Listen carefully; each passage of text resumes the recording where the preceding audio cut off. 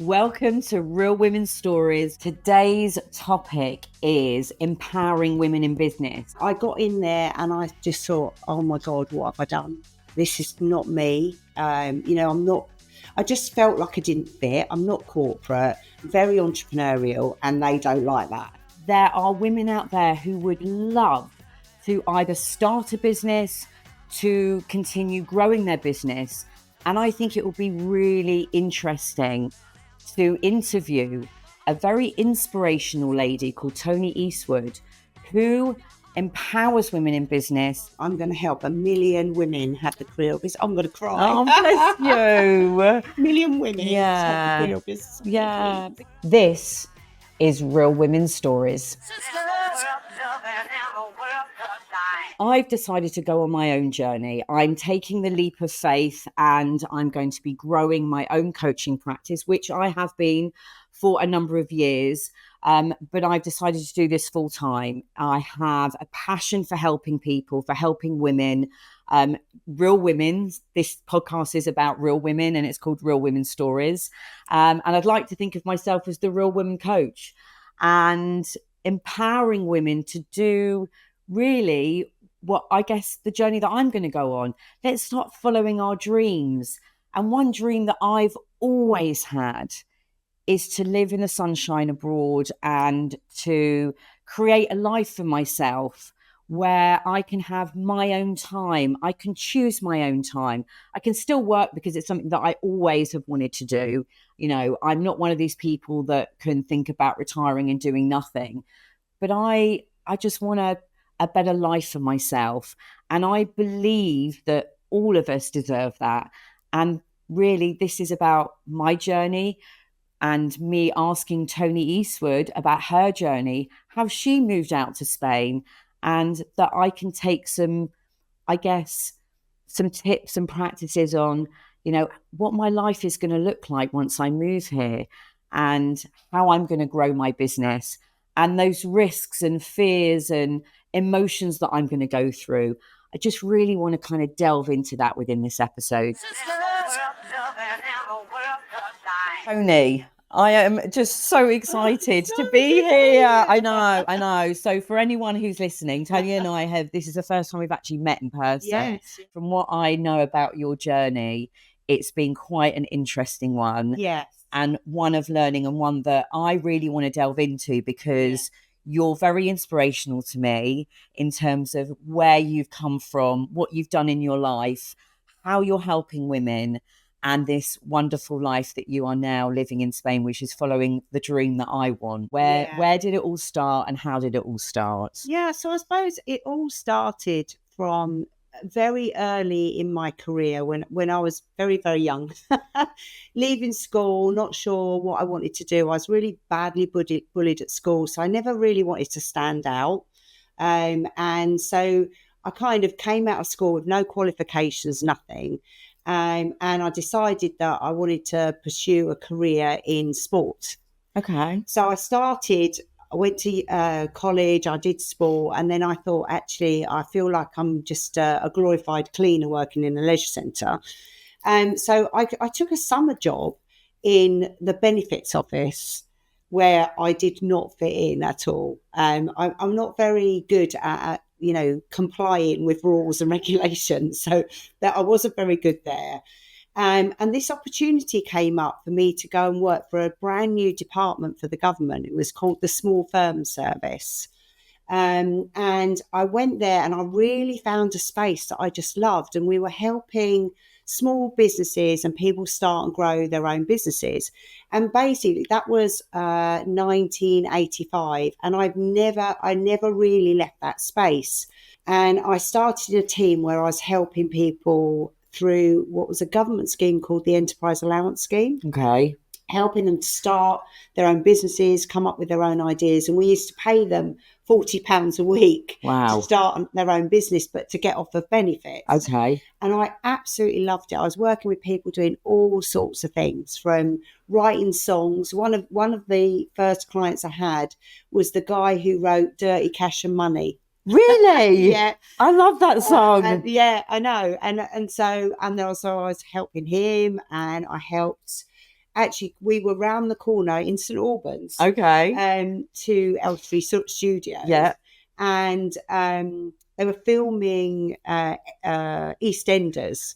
And so they came to us, and I helped the EastEnders team help Arthur start up their own business. So all the pack that he had and all the advice was really what I was giving them to use.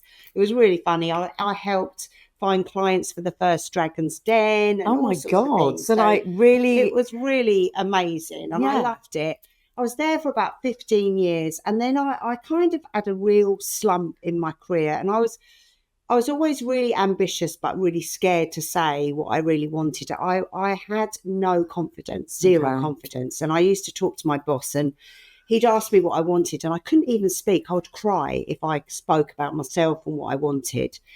And he one day just said to me, Toni, excuse any profanities, but he said, you're fucking useless.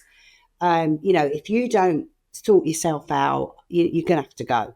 So it was a big kick up the backside for me. And I thought, I've got to sort myself out. So you were helping other people set up these businesses. You were helping people who literally felt that they had no worth in life. Yeah.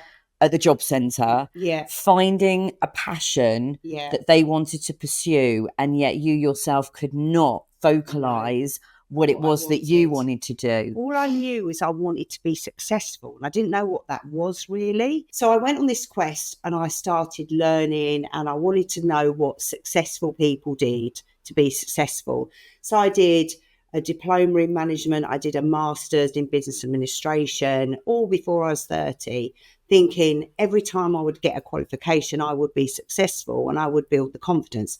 But no, I just went on another one. I did coaching, I did NLP, I did performance coaching, and just one thing after another until I was 40.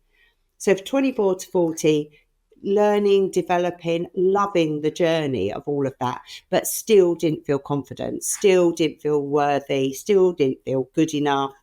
And I really always wanted to start my own business, but I never could. Anyway, this boss gave me this opportunity, said, right, we've got this new thing. It was 1989.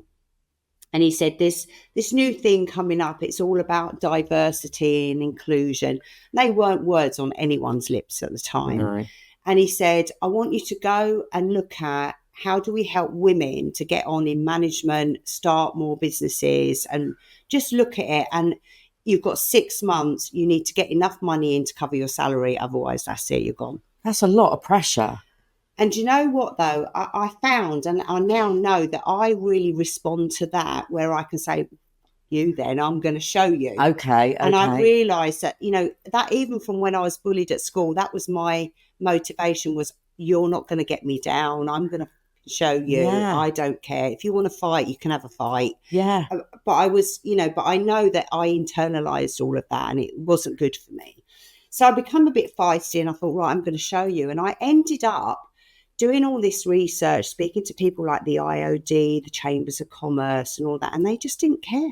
They were like, why do you want to talk about that? Why is that important?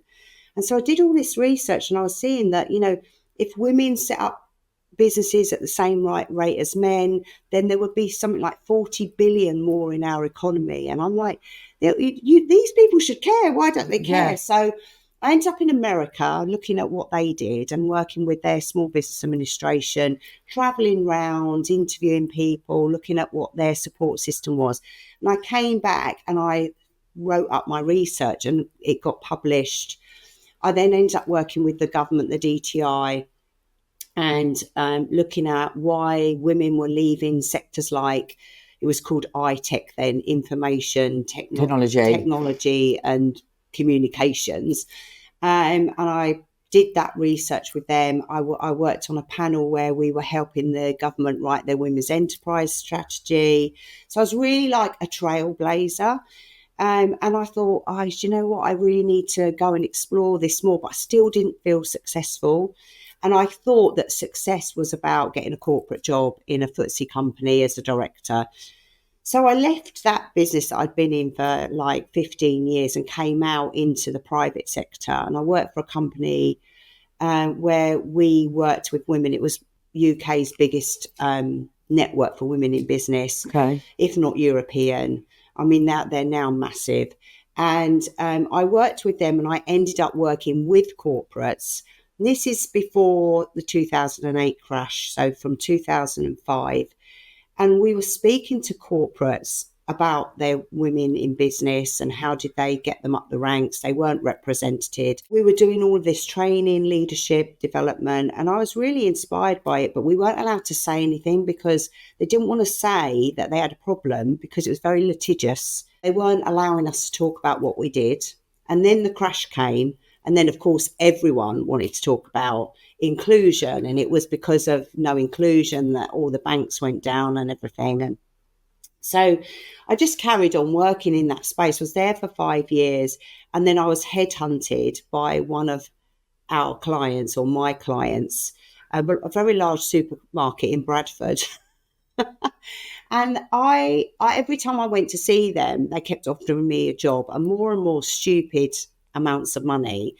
And I thought, you know what, this is what success looks like for me. And I'm going to go in, and I was going to set up this whole new talent department with 116,000 people from shop floor to top floor working on all of their talent pipeline. And so I got in, and I thought, I'm going to get out of this women in business thing because I felt like I'd got myself sort of pigeonholed. Right. Anyway, I got there. Then Lord Davis writes this report about women in business and corporate, and the 30% on board. So I was kind of given that as a job to do, and I was like, oh God, I'm back in it, But I loved it, and I did a lot of work there. But I fell out with them really royally.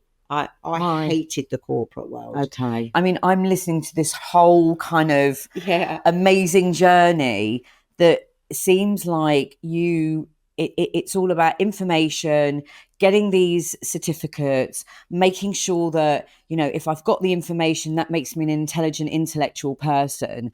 And you're going from job to challenge to job to challenge.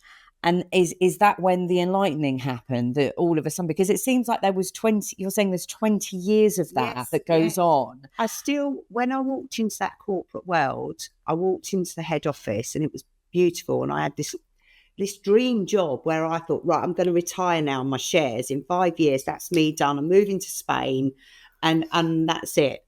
And I got in there and I just thought, oh my God, what have I done? This is not me. I just felt like I didn't fit. I'm not corporate, very entrepreneurial, and they don't like that. Right.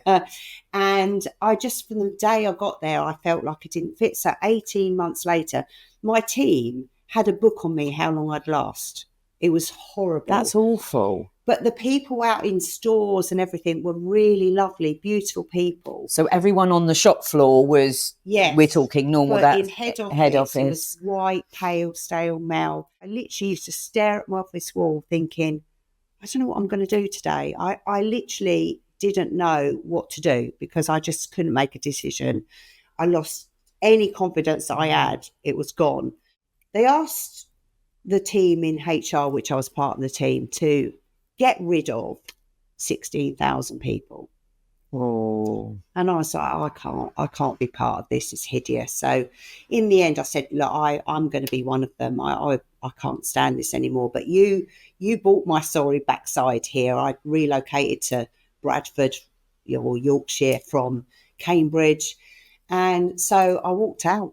That was my pivotal moment. Yeah. In a coffee shop, I call it deepest, darkest Bradford, literally bawling my eyes out in this coffee shop thinking, what the hell am I going to do? Because all this time, I never told my husband that I was feeling so bad. Because he gave up everything for my dream. We moved to York. He sold his business so that I could have my dream and, be successful, have that career. I thought that that's what I needed to do to be successful.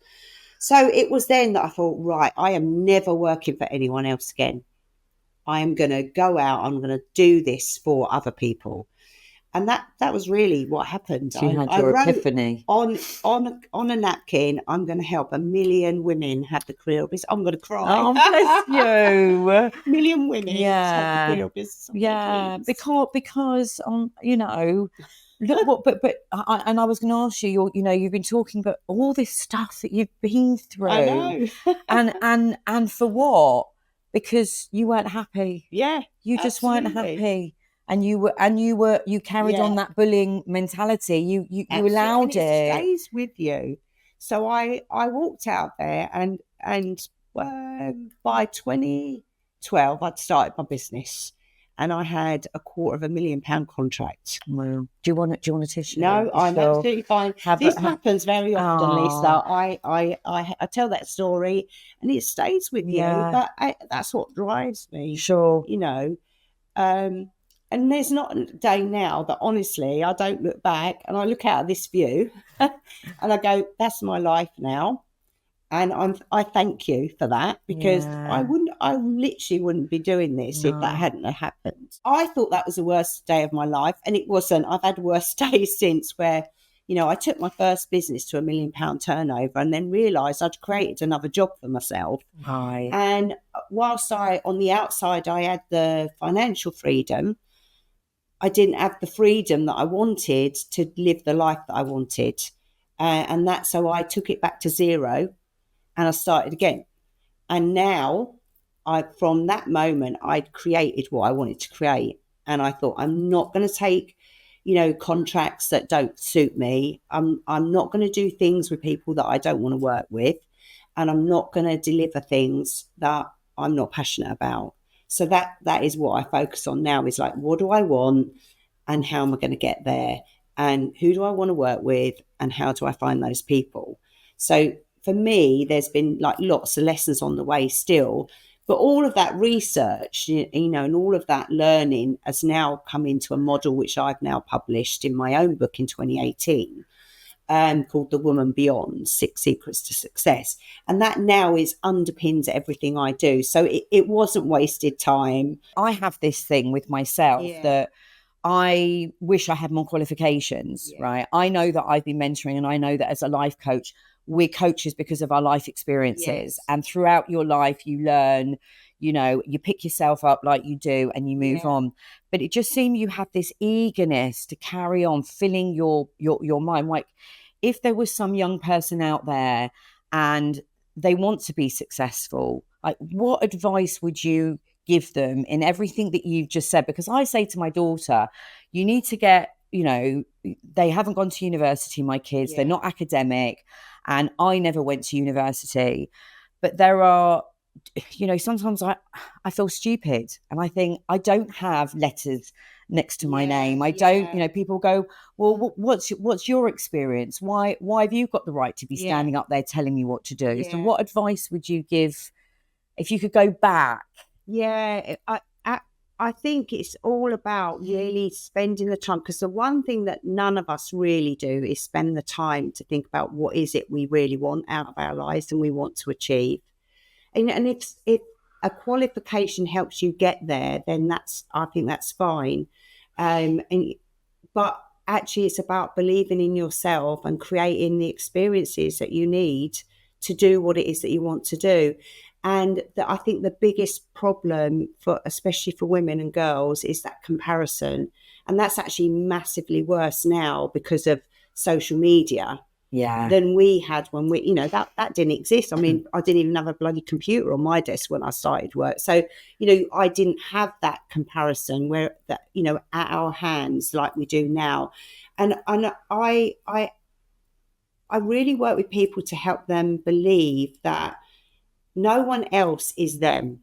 No one else can be Lisa Quait. No one else has got Lisa Quait's, you know, background and life experience and, you know, everything that you've been through in your life. And you can absolutely help other people with that journey. Yeah. My view is that we all have a very similar aim as humans, which is usually to help other people and to serve. But we have a uniqueness with that, is because we can help other people and serve them by helping them on the journey that we've been on. But what I've learned is that everyone thinks we need to build our confidence first, but you can't build your confidence without being in action. Right. And so I'm like, take a little step towards wherever your goal is. It might be a year, it might be 5, it might be 10, 20 years time where you want to get to. but start taking little steps towards it, because it's being in action towards your goals that actually builds the confidence. And I 100% agree with you, because it's those tiny little changes that you see that then have a whole ripple effect, and you're like, hold on a minute, if I've made that one small change to get to the next step, and I see that working and I see how I feel, I want more of that. I want more of that feeling. And it is about the emotion, and it is about the feeling, isn't it? It's not about, I could be the most intellectual person in the whole world, but it doesn't mean, as you say, I'm going to be successful, because I need to have a passion and a feeling and an emotion. And it is about emotion, isn't it? And like, you got emotional because you suddenly realized you had this epiphany that you wanted to help other people. You didn't want other people to go through what you've been through. Exactly. It was too long a journey for you to have suddenly realised where you're at. Yeah. We can all be our own, our own heroes. Yeah. We don't have to compare ourselves to others.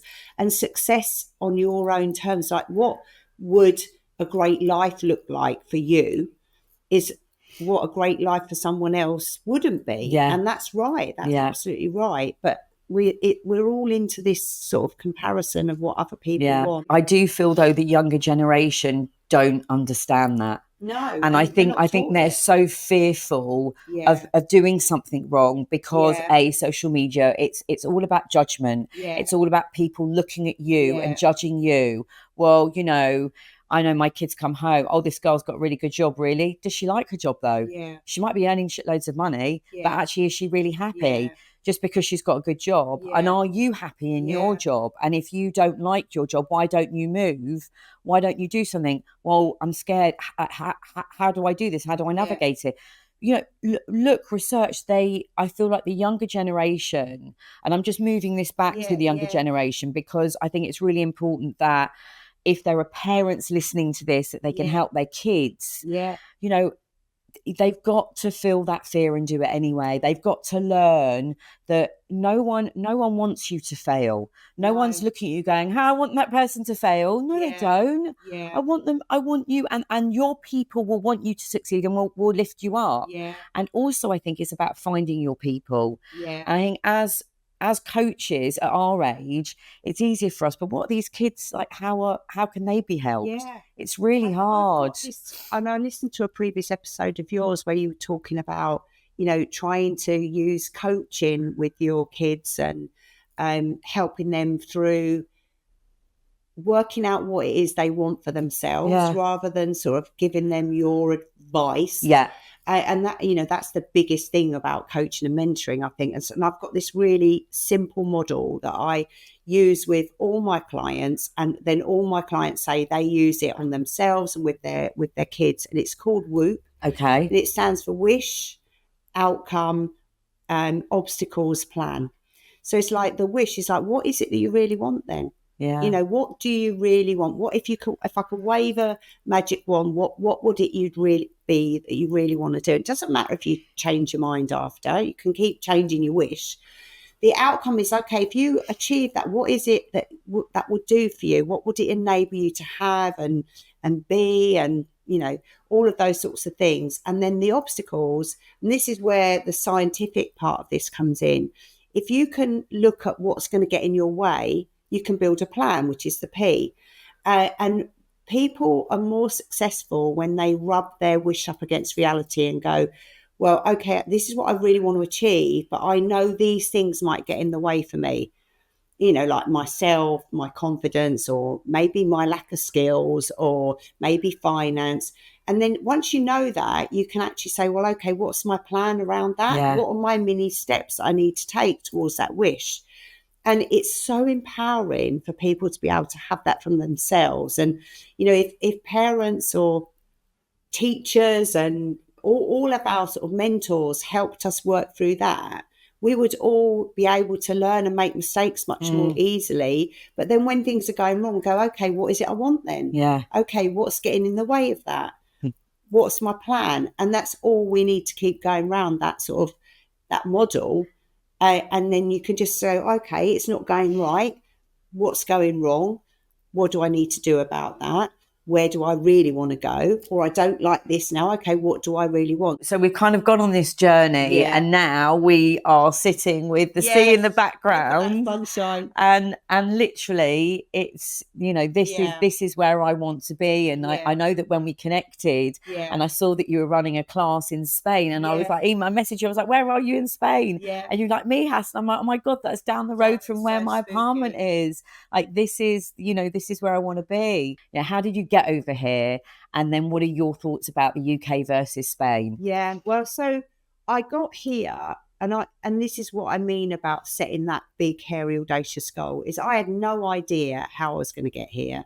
But I just said to my husband, and we both said, look, we want to originally we wanted to retire to Spain. We have been coming to this very hotel that is hosting us today for 20 years. And we decided that we wanted to buy a property. And my thoughts are around retirement are that's a ridiculous concept. I can't bear the thought of not doing anything. Yeah. And so I thought, well, okay, I want to be able to have like be like a digital nomad. I want to be able to work from anywhere I want. So I kind of wrote my own WOOP, really. My wish was that I moved to Spain. So I actually wrote a letter to myself. This is in 2018. Okay. When I had actually taken my business back to nothing. And I thought, right, what is it I want then? So I wrote a letter to myself that it was June the 21st, 2021, and that I was sitting on my balcony in Spain. And this was how my day had been. I started with yoga and morning walk, and, you know, I was serving people through the internet, which wasn't really a thing then. You know, in 2018, that wasn't, you could do it, but not a lot of people did. And I had no idea how I was going to do it. And I had nothing because I had actually just lost a massive contract as well.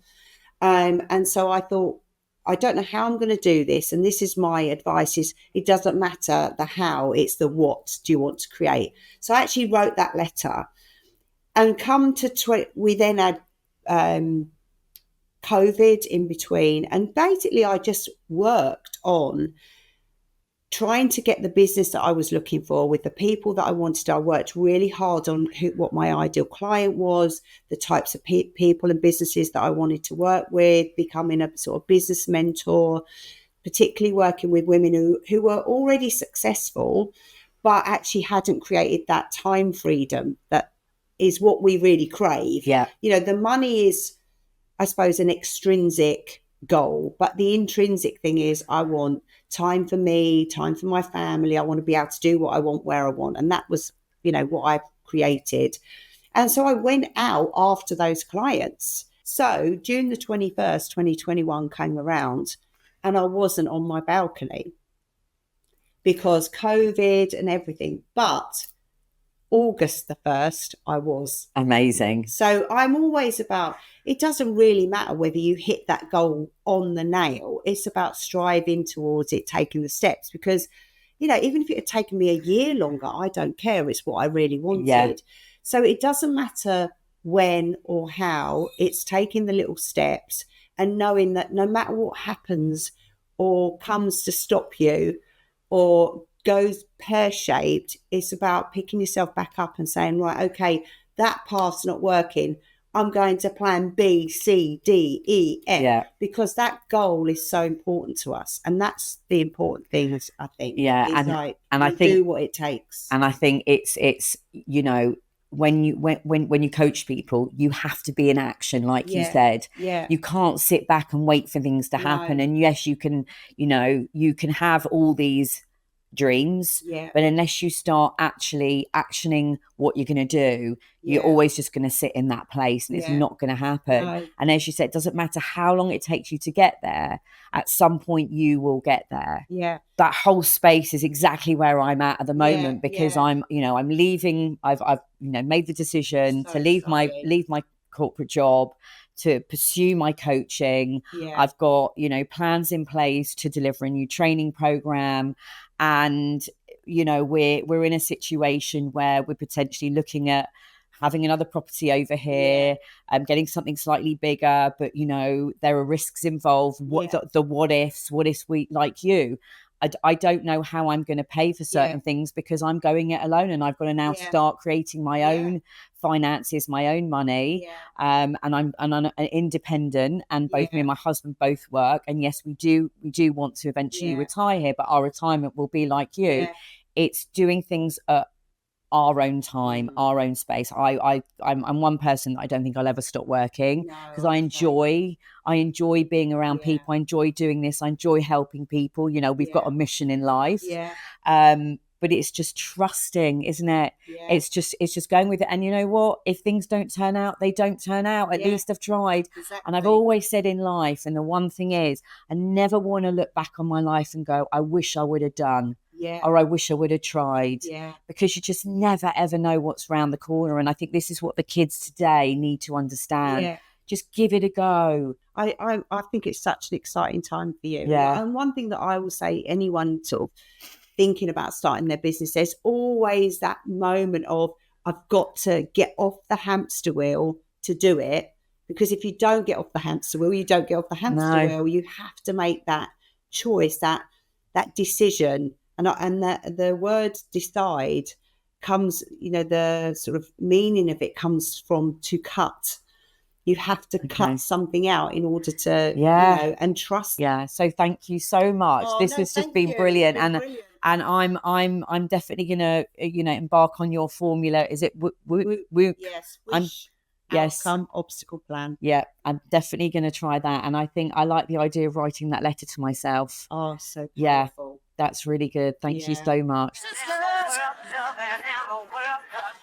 The whole conversation with Toni has quite literally blown my mind. The learnings that I've taken are that, you know, you really do have to follow your passions and your dreams. And I remember my dad always said to me, Lisa, you have to have a dream in life. If you have enjoyed listening to this episode, you can follow on any of the platforms, and we're going to be leaving Toni's details in the show notes as well. So if you want to get in touch with Toni, if you feel that you'd like to work with her, or if you'd like to work with me, or if you'd like to work with both of us together, you can get in touch with us. We have an email address. It's TheRealStoriesPodcast@gmail.com. That's TheRealStoriesPodcast@gmail.com. We would love to hear from you. We'd love to have your feedback. So follow the show, give us a rate, and then we know that you like what you're listening to. You can hear more from me next with my coaching session. I'm going to really delve into the WOOP theory that Toni has talked about in this episode. I'm going to be going through my own journey, writing my own letter to myself, which could then inspire you to do exactly the same. Because after all, we all have a dream. So I will see you in a couple of days for my midweek episode of Real Women's Stories.